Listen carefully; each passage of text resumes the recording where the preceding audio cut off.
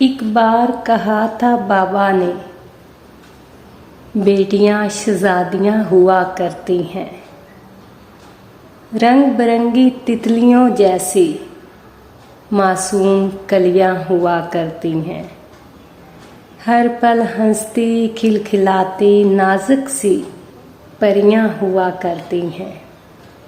बाबा के आंगन में आसमान का तारा हुआ करती हैं, एक ज़रा से आंसू पर नाज उठाए जाते हैं, कांच की खूबसूरत गुड़िया हुआ करती हैं।